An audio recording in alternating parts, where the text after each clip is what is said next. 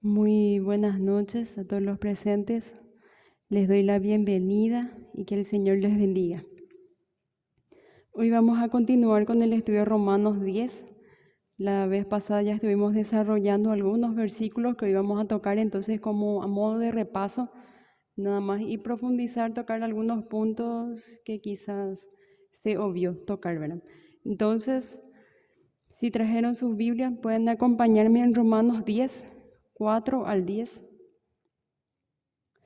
Pueden abrir sus Biblias entonces. En Romanos 10, 4 al 10 vamos a estar desarrollando. Este estudio tiene por título entonces ignorancia de las provisiones de Cristo, ignorancia del lugar de la fe. Entonces la falla de Israel en la segunda parte. La primera parte ya estuvimos viendo entonces la semana pasada. Antes entonces de comenzar a leer toda esta parte, entonces tenemos que recordar que en estos versículos aclara mucho y habla mucho acerca del corazón, ¿verdad? Vemos entonces que el corazón es entonces la creencia verdadera. El corazón para los hebreos entonces lo consideraban como el centro de la persona, la residencia del alma, la parte más profunda del interior del ser humano, donde se genera el pensamiento, la voluntad y las motivaciones. Entonces, para tener en cuenta, cuando se refiere entonces a corazón es todo lo que mueve. Podemos leer todos juntos entonces los versículos del 4 al 10 y dice: porque el fin de la ley es Cristo, para justicia a todo aquel que cree, porque de la justicia que es por la ley, Moisés escribe así: el hombre que haga estas cosas vivirá por ellas. Pero la justicia que es por la fe dice así: no digas en tu corazón, ¿quién subirá al cielo? Esto es para traer abajo a Cristo. ¿O quién descenderá al abismo? Esto es para hacer subir a Cristo de entre los muertos. Mas, ¿qué dice? Cerca de ti está la palabra, en tu boca y en tu corazón. Esta es la palabra de fe que predicamos, que si confesares con tu boca que Jesús es el Señor y creyeres en tu corazón que Dios lo levantó de los muertos, serás salvo. Porque con el corazón se cree para justicia, pero con la boca se confiesa para salvación. Entonces, el versículo 4 empieza: el fin de la ley es Cristo.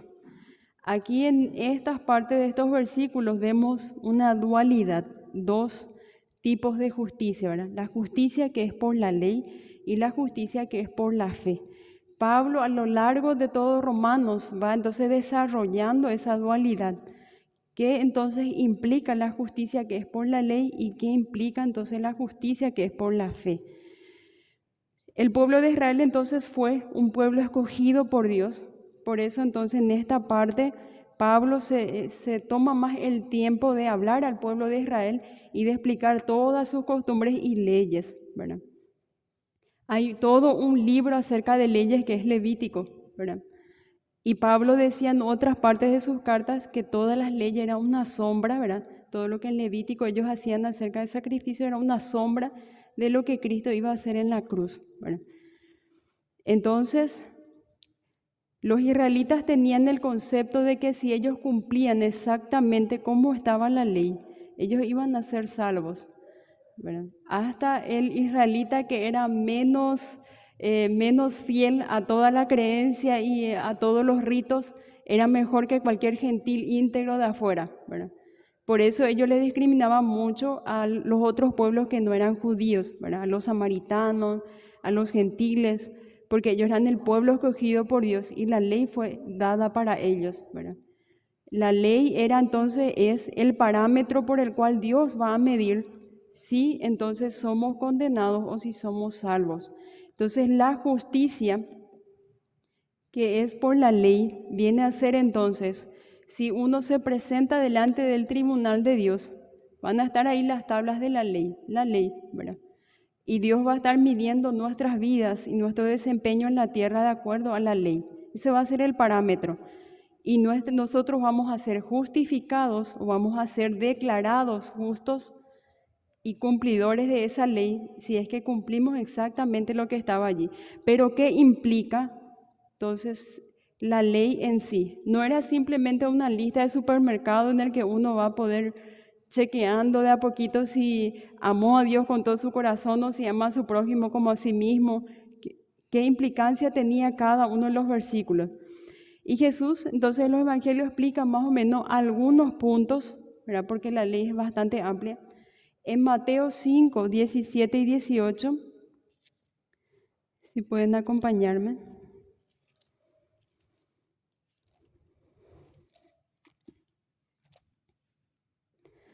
Mateo 5, 17 y 18 dice: no penséis que he venido para abrogar la ley o los profetas.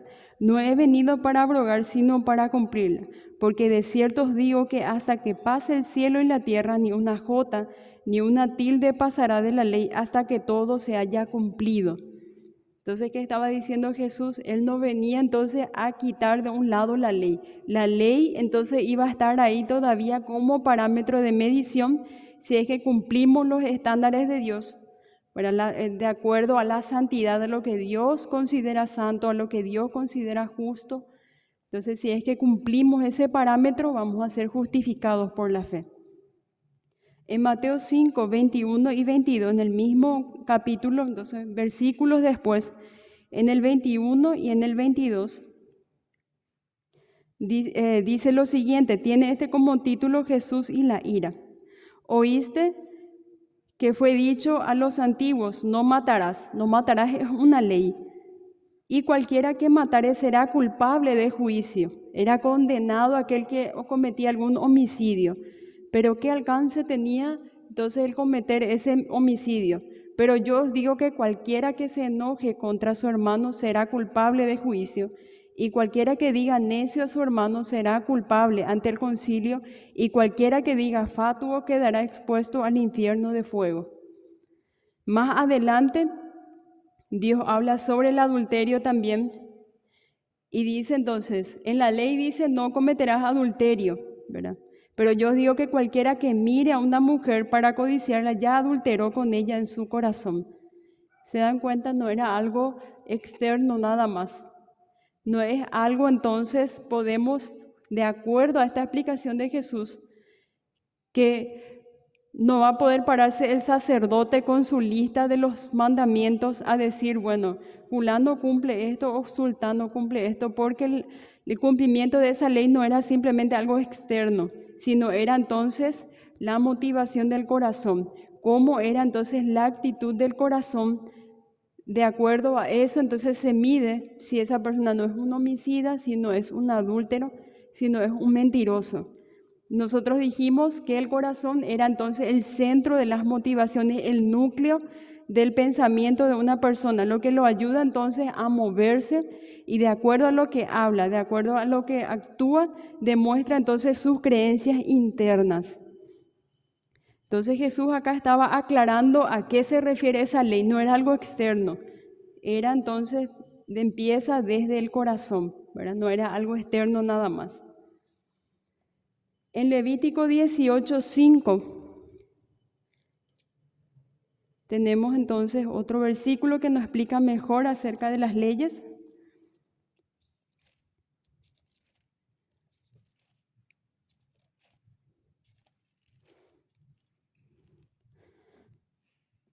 Levítico 18:5 dice, por tanto, guardaréis mis estatutos y mis ordenanzas, los cuales haciendo el hombre vivirá en ellos, yo Jehová, dice. En el versículo 4 de Romanos que leímos dice, porque el fin de la ley es Cristo para justicia a todo aquel que cree. Dice entonces, si nosotros ya estuvimos viendo entonces el alcance de esa ley, podemos llegar a una conclusión de que nosotros no podemos solos, ni con toda nuestra fuerza de voluntad y buenas intenciones cumplir todo lo que es la dimensión de la ley en sí, ¿verdad? No podemos cumplir. Entonces, irremediablemente tenemos que recurrir a Cristo, ¿verdad? Que vivió esa vida perfecta, que murió y que resucitó. Nos dice entonces que la ley nos va a llevar a Cristo. ¿Por qué? Porque Un creyente verdadero, cuando se es confrontado con la ley, se da cuenta de su incapacidad, de su error, se da cuenta entonces de que es incapaz, entonces puede clamar al cielo por un Salvador. Porque una persona que no se cree pecador y que no se cree perdido, jamás va a necesitar un Salvador. Sí o sí necesita conocer su estado delante de Dios. Para eso está la ley, ¿verdad? Pablo en su carta a los romanos, luego en los anteriores que ya estuvimos viendo, decía entonces yo no iba a conocer la codicia si la ley no me dijera entonces que codiciar era malo. Si la ley no me mostrara mi pecado, entonces yo no iba a saber qué es lo que yo estaba haciendo mal delante de Dios. Entonces la ley sigue siendo un parámetro. Entonces por eso Jesús dice que cuando Él viene, no es entonces para que la ley sea quitada de en medio o se haga a un lado.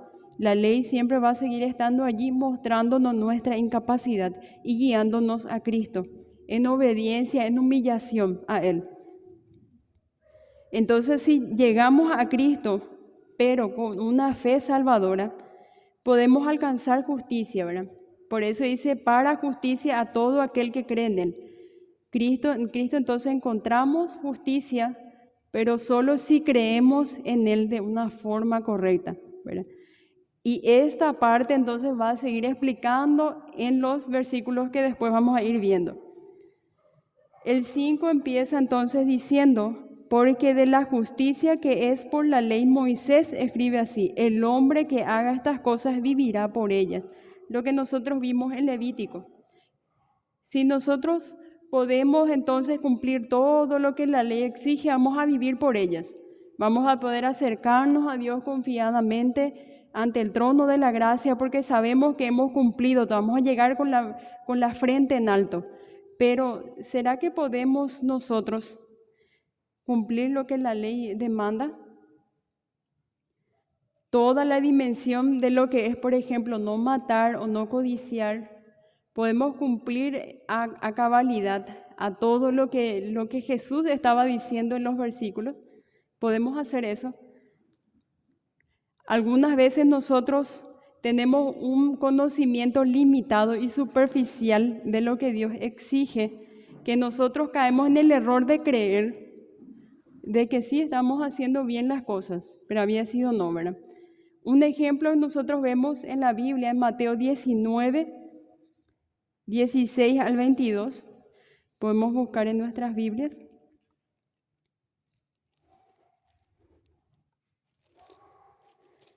Mateo 19, 16 al 22. En esta parte entonces nos habla sobre el joven rico.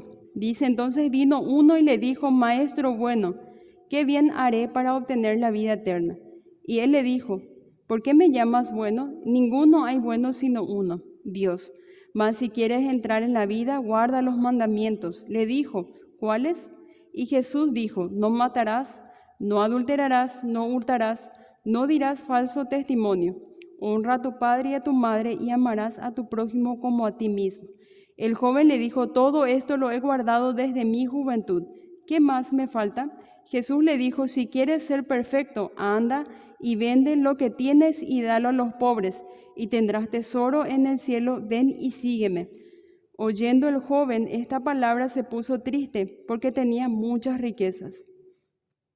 Entonces vemos acá el error en que nosotros podemos caer por ser mal enseñados también, ¿verdad? Aunque no podemos culpar enteramente a nuestros maestros porque tenemos muchos medios, ya sea en internet, libros, o por ahora tenemos muchas aplicaciones en las que podemos escuchar prédicas y conocer mejor, ¿verdad? Una de las partes por las cuales nosotros tenemos un conocimiento superficial del alcance y de todo lo que Dios demanda en nosotros es entonces la enseñanza superficial que se da desde los púlpitos, ¿verdad? Este hombre, escuchando de los fariseos, de sus maestros, bueno, como una lista de supermercado, hay que hacer esto, hay que hacer aquello, lo otro. Entonces dice, yo todo esto lo cumplí desde que era un niño. Pero Jesús se dio cuenta de lo que estaba en su corazón, su núcleo, su motivación, todos sus pensamientos y sus actos, que era mucho más importante que algo externo, ¿verdad? Porque la santidad empieza desde adentro. La pureza que Dios exige de nosotros empieza desde adentro, ¿verdad? Entonces Dios se dio cuenta de que en su corazón no estaba Dios en primer lugar. No era entonces el hacer las cosas bien delante de Dios, sino que era entonces el amor a todas sus riquezas, la fe que él tenía entonces y la esperanza que él tenía en todas las riquezas que tenía. Por eso cuando Jesús en ese momento le pide que se deshaga de todo eso, entonces él se puso triste. ¿Por qué? Porque eso era lo más importante para él, no era tanto obtener la vida eterna. Y en ese error nosotros podemos caer. En estos versículos, volviendo otra vez a Romanos 10, del 4 al 5, vemos entonces como primera parte, entonces vemos la justicia que es por la ley. Moisés dice, bueno, ustedes quieren salvarse, bueno, pueden hacer todo lo que la ley exige, por ella vivirán. Y le da como una lista grande de cosas que tienen que hacer, pero no es algo superficial, ¿verdad? Es mucho más profundo. Y cuando uno se da cuenta de que no puede cumplir esa ley, sí o sí le lleva a Cristo. En el 6 dice, entonces, pero la justicia que es por la fe dice, no digas en tu corazón quién subirá al cielo, esto es para traer abajo a Cristo, o quién descenderá al abismo, esto es para hacer subir a Cristo de entre los muertos. En Santiago, entonces, 2:10, bueno, un versículo más que nos va a poder enseñar un poco el anterior que vimos, que es la justicia que es por la ley. Si alguien encuentra primero,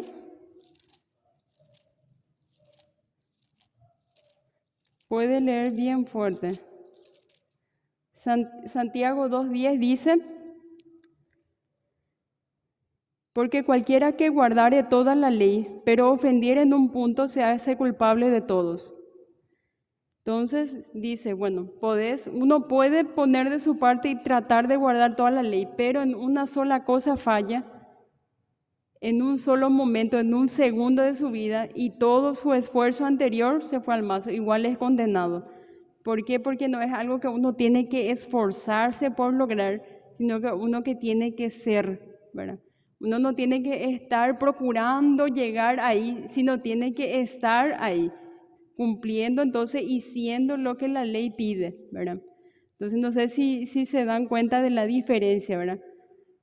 No es lo mismo, poniendo el ejemplo, por ejemplo, de los escaladores, que alguien que con una cuerda trata entonces de llegar, salta para llegar a lo más alto, que otro que ya está en esa parte alta, asentándose, ¿verdad? No es la diferencia, no es igual la posición, ¿verdad?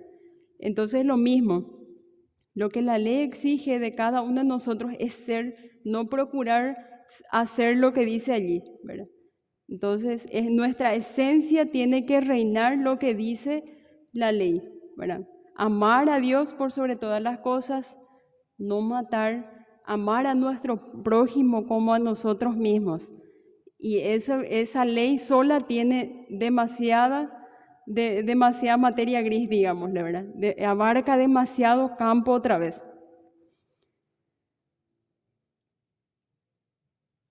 En Gálatas 3:26, escrita también por Pablo para los Gálatas, en todo este versículo, en todos estos versículos, ¿verdad? En el capítulo 3 habla mucho acerca de la ley.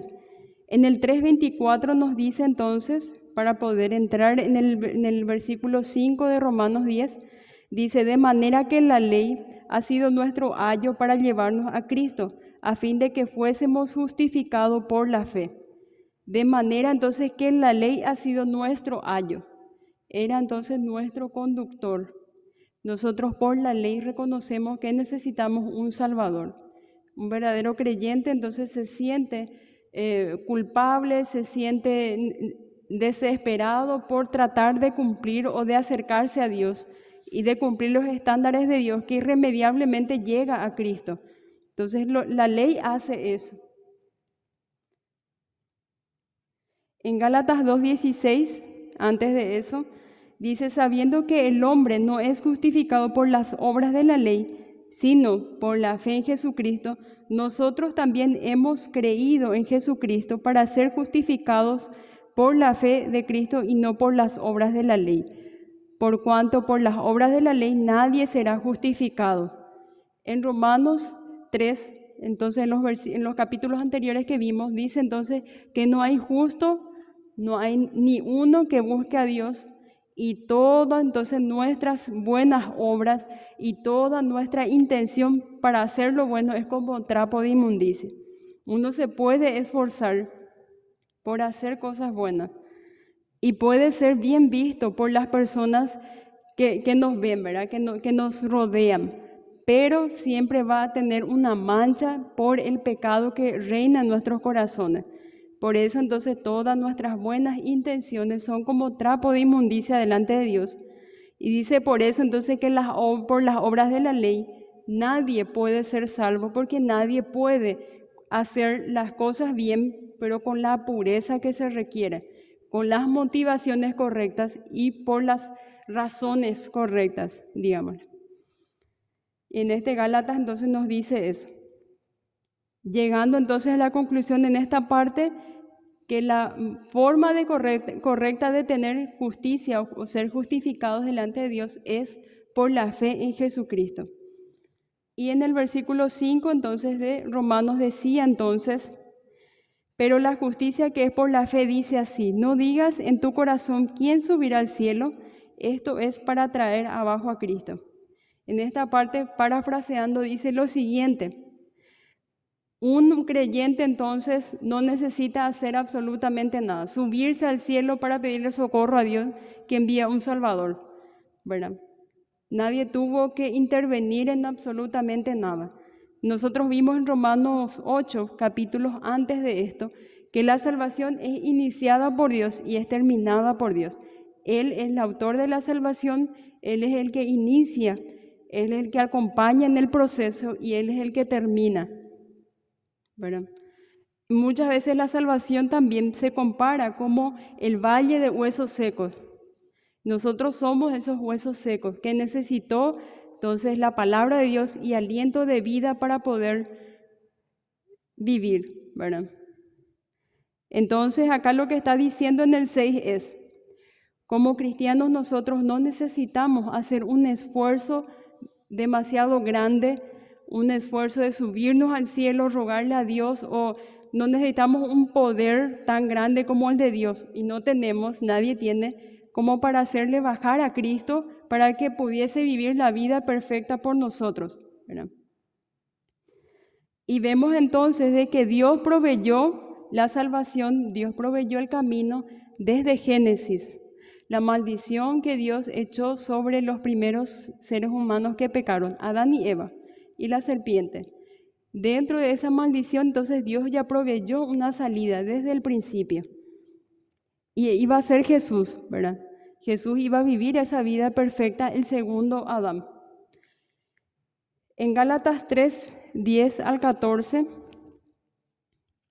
dice lo siguiente. Gálatas 3, 10 al 14 dice, porque todos los que dependen de las obras de la ley están bajo maldición, pues escrito está, maldito aquel que no permanecieren en todas las cosas escritas en el libro de la ley para hacerlas.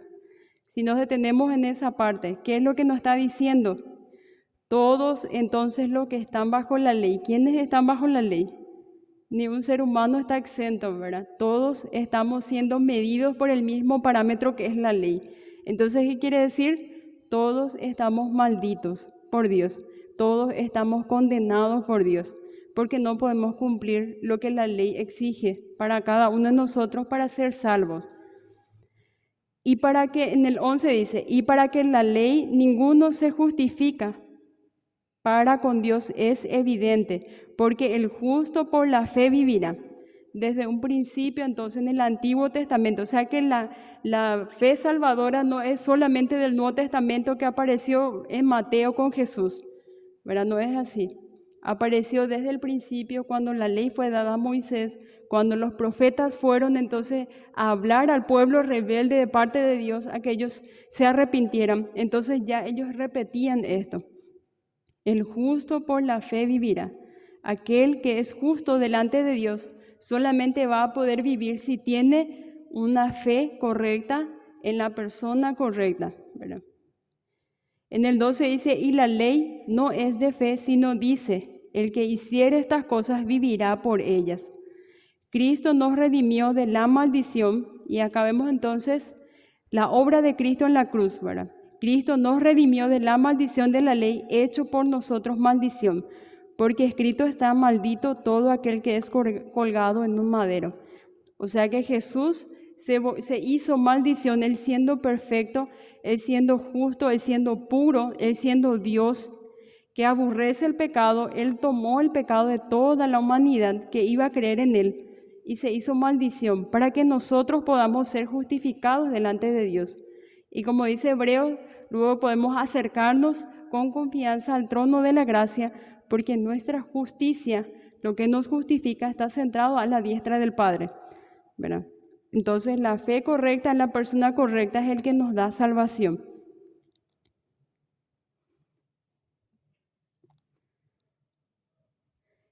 Colosenses 2, tenemos también una explicación de Pablo de qué fue lo que ocurrió en la cruz.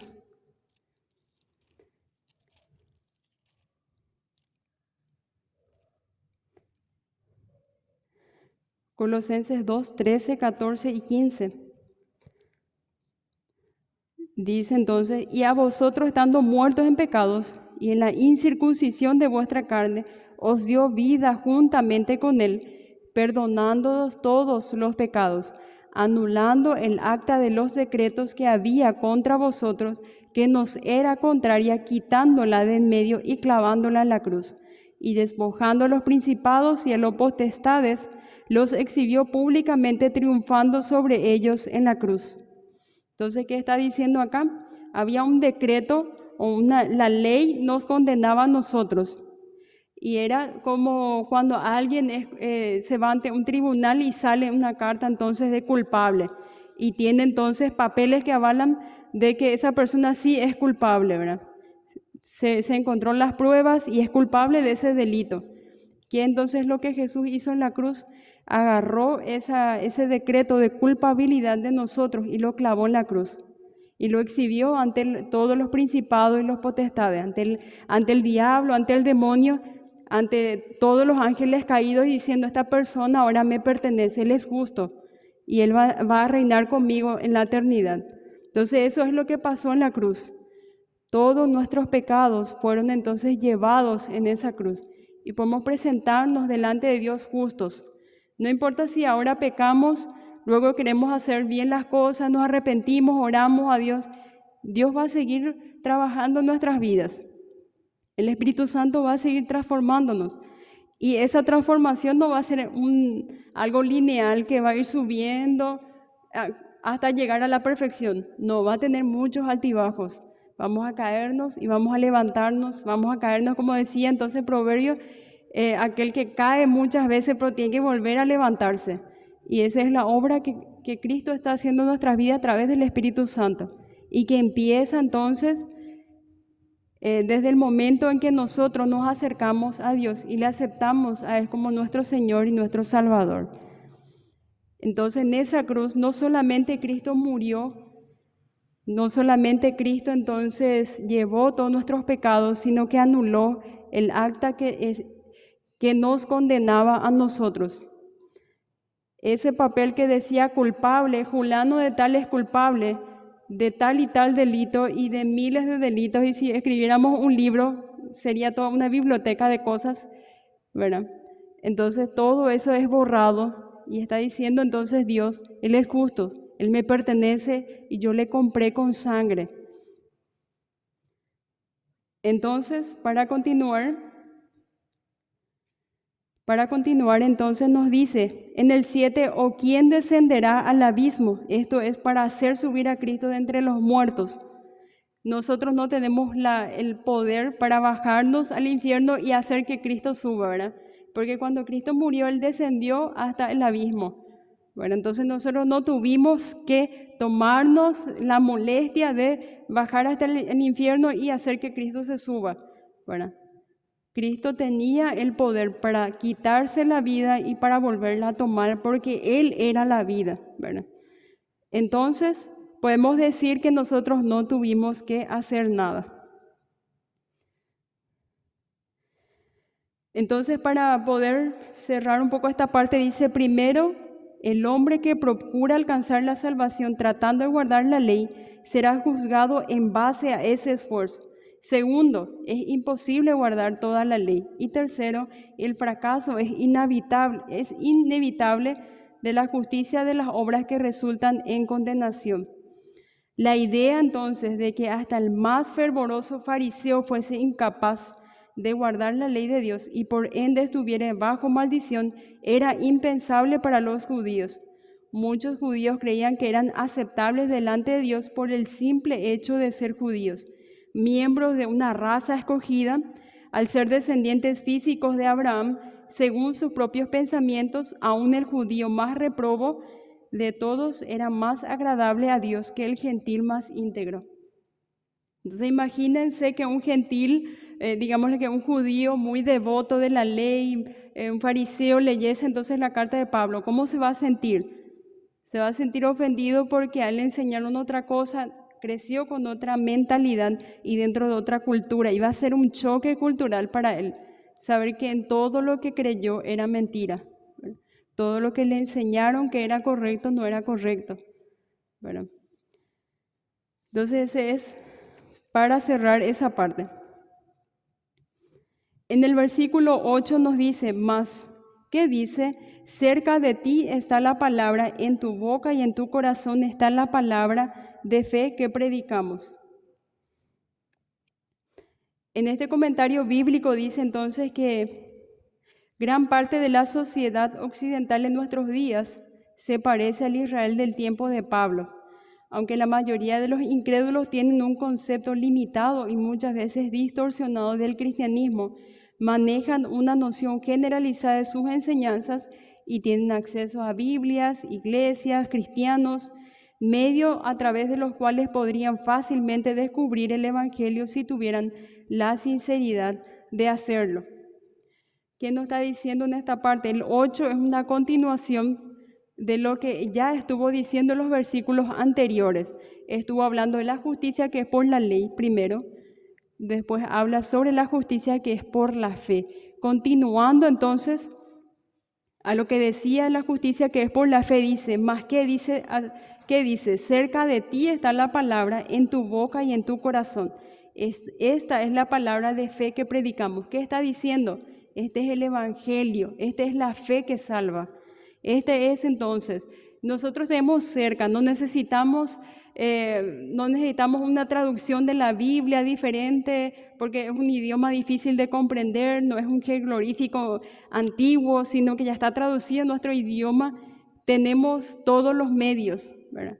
Tenemos facilidades, tenemos podcasts, tenemos en YouTube videos, tenemos libros que podemos descargar gratis, tenemos mucha facilidad. O sea que si somos ignorantes de las cosas de Dios, es porque nosotros hemos decidido ser ignorantes. Si nosotros nos quedamos solamente con lo que se predica delante de nosotros en el púlpito por un pastor, es porque nosotros decidimos eso y no somos sinceros en nuestro deseo de conocer a Cristo. Esto es lo que está diciendo en el 8, entonces, cerca de nosotros, es claro el mensaje, es fácil de entender y es de fácil acceso. Si uno quiere crecer espiritualmente y conocer más de Jesús, el mensaje está cerca, uno tiene que solamente esforzarse por alcanzar. Por eso entonces este es muy parecido a lo que Pablo ya dijo entonces en capítulos anteriores. En Romanos, entonces al inicio de Romanos, él dice lo mismo, en otras palabras. Romanos 1:18 dice, porque la ira de Dios se revela desde el cielo contra toda impiedad e injusticia de los hombres que detienen con injusticia la verdad. Por lo que de Dios se conoce le es manifiesto, pues Dios se lo manifestó. Todo lo que se conoce de Dios, Dios mismo hace que sea manifiesto a toda la creación. O sea que todas las personas pueden ver de que sí existe un Dios en el cielo y que sí existe un creador.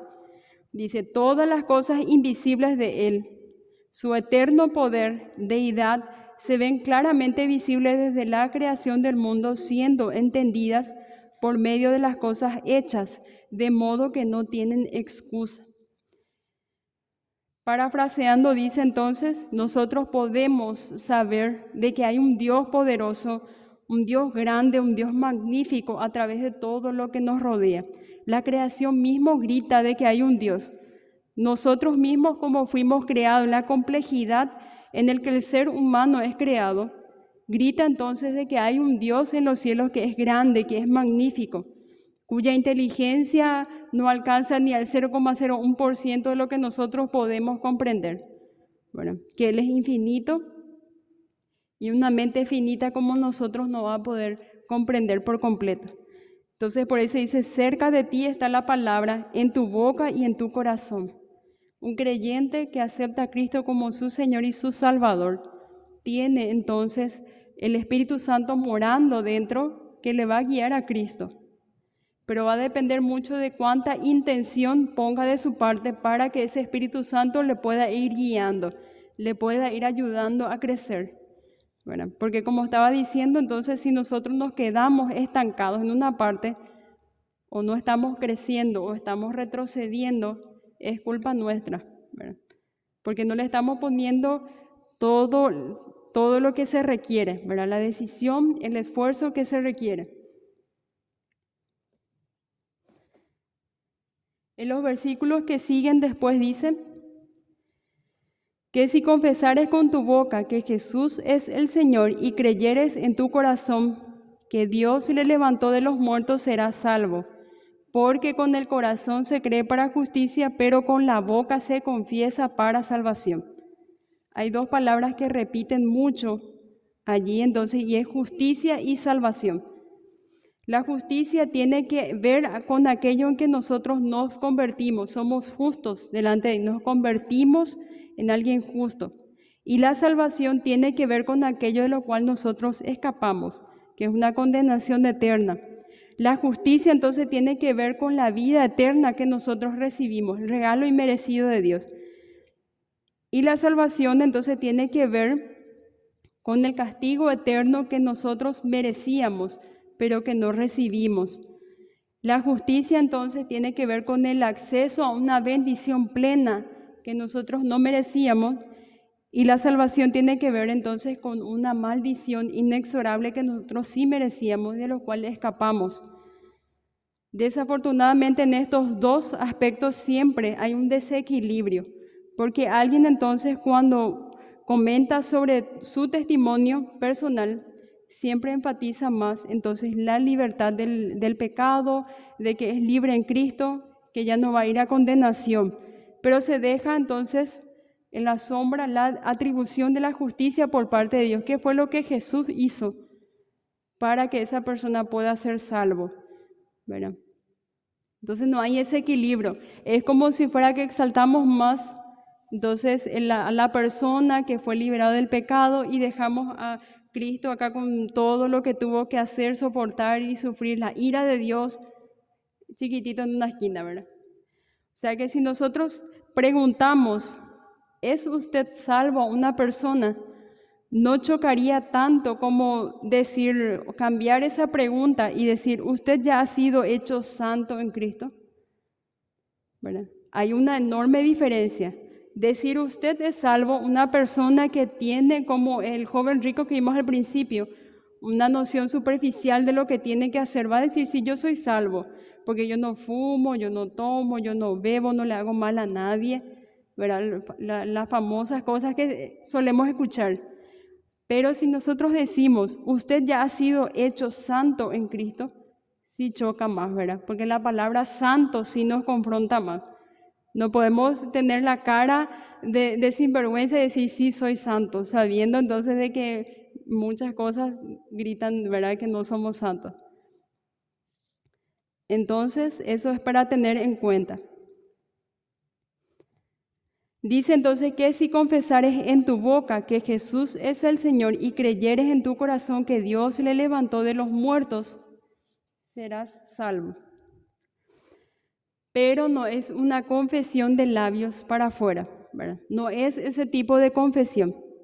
Santiago nos enseña entonces que incluso los demonios reconocen esta verdad acerca de Dios en un mero sentido facticio. Ellos son del todo ortodoxos en su teología. En Santiago 2:19 dice, ¿tú crees que Dios es uno? Haces bien. También los demonios creen y tiemblan. En otras palabras, los demonios son monoteístas. Satanás y sus ángeles caídos son asimismo creacionistas, confirmados tras haber visto a Dios formar los cielos y la tierra. O sea que los demonios y Satanás saben más de Dios que nosotros. Ellos vieron a Dios obrando y viendo cómo se creaba todo. Ellos conocen y dimensionan el poder de Dios, su santidad, su soberanía, su magnificencia. Ellos pueden dimensionar. Y ellos dicen entonces que Jesús es el Señor, que Dios es el Señor. Y ellos tiemblan ante esa idea, pero ellos no son salvos. O sea que el confesar de boca para afuera, entonces no nos salva si no hay una intención del corazón. Como dijimos al principio, nuestro núcleo, nuestros pensamientos, aquello que nos motiva, el que nos mueve a hacer todas las cosas y hablar de cierta manera. Si no ocurre un cambio desde adentro, entonces la confesión que nosotros hacemos en el exterior va a ser innecesaria. Dice entonces que los demonios han observado más de la obra de Dios y saben más acerca de su naturaleza y poder que todos los seres humanos reunidos. Aparte de Dios encarnado, además, tras haber sido moradores originales del cielo, ellos conocen el cielo, vieron el cielo en todo su esplendor. Ellos saben cómo se ve exactamente, ¿verdad? Saben exactamente cómo es. También saben con un alto grado de certeza que están destinados al juicio eterno. Y conociendo en parte lo que es ese juicio, significa para ellos tiemblan. Entonces, cuando leemos en el versículo 9 que si confesares con tu boca que Jesús es el Señor y creyeres en tu corazón que Dios le levantó de los muertos, serás salvo, no es una confesión de labios para afuera. Tiene que haber una convicción desde adentro, ¿verdad? El versículo 10 entonces le continúa y dice, porque en el corazón se cree para justicia, pero con la boca se confiesa para salvación. Someterse entonces al señorío de Cristo forma una parte tan integral de la salvación que Pablo testificó entonces en 1 Corintios 12:3. Por tanto, os hago saber que nadie que hable del Espíritu de Dios llama anatema a Jesús, y nadie puede llamar a Dios Señor si no es por el Espíritu Santo.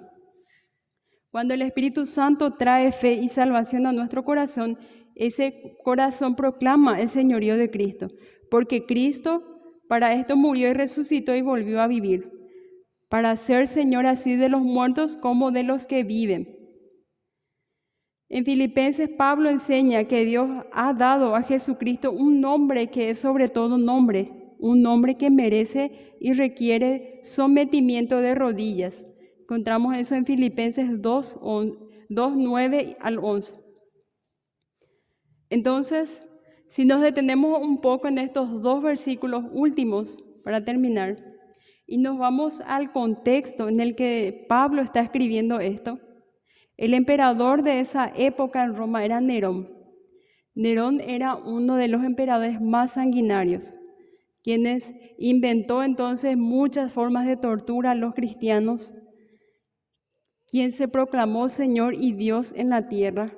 Entonces él iba por las calles y le decía, confiesa que el César es el Señor, o si no va a morir. Y esa persona, por miedo a que le quiten la vida, muchas veces ellos decían, César es el Señor sin creer, ¿verdad? Entonces, en ese contexto se refiere. Pablo le está escribiendo entonces a un pueblo cristiano de creyentes, entonces que se están reuniendo a escondidas, porque si ellos ponen un letrero afuera de que es una iglesia reformada o iglesia tal cosa, va a venir la guardia romana y les va a matar a todos. Entonces ellos estaban escondidos, reuniéndose y conociendo más de la Biblia. Y para ellos es entonces estos dos versículos, en ese contexto se desarrolla, para darles a ellos fuerza, que si ellos pierden la vida, ellos van a obtener algo mucho más importante y mucho mayor que la vida presente, que es el cielo, la salvación. Entonces por eso dice que si confesares con tu boca que Jesús es el Señor y creyeres en tu corazón que Dios le levantó de los muertos, serás salvo. Porque con el corazón se cree para justicia, pero con la boca se confiesa para salvación. En ese contexto de cristianos había muchos, entonces en esa época, que cediendo ante la presión de todo, no era simplemente que le decapitaban y le mataban de una. No era así. Él era sanguinario, inventaba formas de torturar. Entonces, los cristianos, para poder librarse de todas las diferentes torturas que inventaba este emperador, algunos, creyendo en Cristo, decían: César es el Señor. Algunos entonces ofrecían incienso ante la estatua de César y ofrecían sus ofrendas para poder conservar la vida y no pasar por el horrendo momento de tener que ser torturados por esta persona que no tenía corazón, era sanguinario, no tenía ni una pizca de misericordia, no tenía por nadie. Entonces, muchas veces yo escucho este versículo que es utilizado por los pastores para hacer una oración del pecador, ¿verdad? Repetid después de mí estas palabras y serás salvo. Pero si nosotros conocemos el contexto en el que se desarrolla, estamos abaratando toda la riqueza de estos dos versículos, ¿verdad? Estamos denigrando todo lo que significa y todo lo que implica estos dos versículos si nosotros solamente lo detenemos en el momento en el que una oración de fe puede hacer salvo al creyente y repitiendo después de esa oración uno ya es salvo, como nosotros vemos entonces en las campañas evangelísticas y en prédicas, ¿verdad? Y no es así. Entonces, para que se haga más o menos una idea, ¿verdad? Pasaba la guardia romana por las calles. Entonces, el creyente verdadero que era enfrentado entonces por los guardias romanas que le dicen: confiesa que el César es el Señor o morirás. Esa persona que era creyente verdadero jamás va a poder pronunciar por su boca: César es el Señor, porque no es eso lo que cree, ¿verdad? No es esa la pasión o el fuego que llena su corazón, y va a decir: Jesús es el Señor, a pesar de que eso le cueste la vida. Y eso es lo que Pablo estaba diciendo. Esa persona que es salva, que tiene esa fe salvadora y es justificado delante de Dios, no va entonces no va a dejar su fe a un lado por conservar su vida, ¿verdad? Aunque le cueste la vida, va a proclamar: Jesús es el Señor.